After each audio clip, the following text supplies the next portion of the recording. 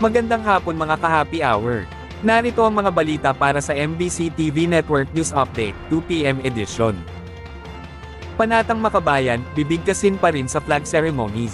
Ayon kay Presidential Communications Office Undersecretary Franz Imperial, walang direktiba na aalisin ito at idinagdag lamang ang pagkanta sa Bagong Pilipinas Hymn at pagbigkas sa Bagong Pilipinas Pledge.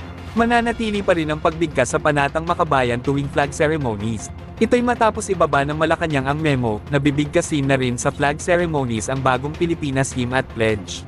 Kaugnay nga nito, nakikipag-ugnayan na ang Presidential Communications Office sa National Historical Commission of the Philippines para sa magiging programa ng bawat flag ceremony.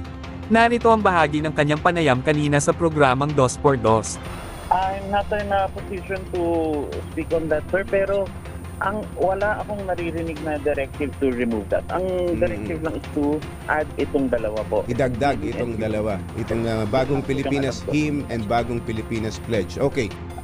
Itong Bagong Pilipinas is transformative.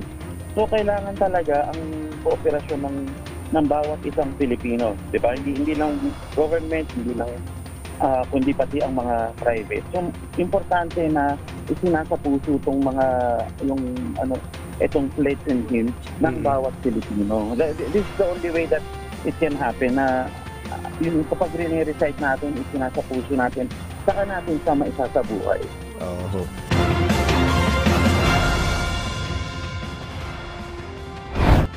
Samantala, sa Showbiz Spotted, Charlie Dizon at Carlo Aquino, ikinasal na. Kinasal na sina Carlo Aquino at Charlie Dizon kahapon, June 9, isang taon matapos nilang ikumpirma ang kanilang relasyon online. Ibinahagi ng wedding photographer na si Mio Okamoto ang official photos ng seremonya ng dalawa. At yan ang mga balita para sa MBC TV Network News Update, 2 PM edition. Abangan ang mga susunod na balitaan mamaya para sa 3 PM edition.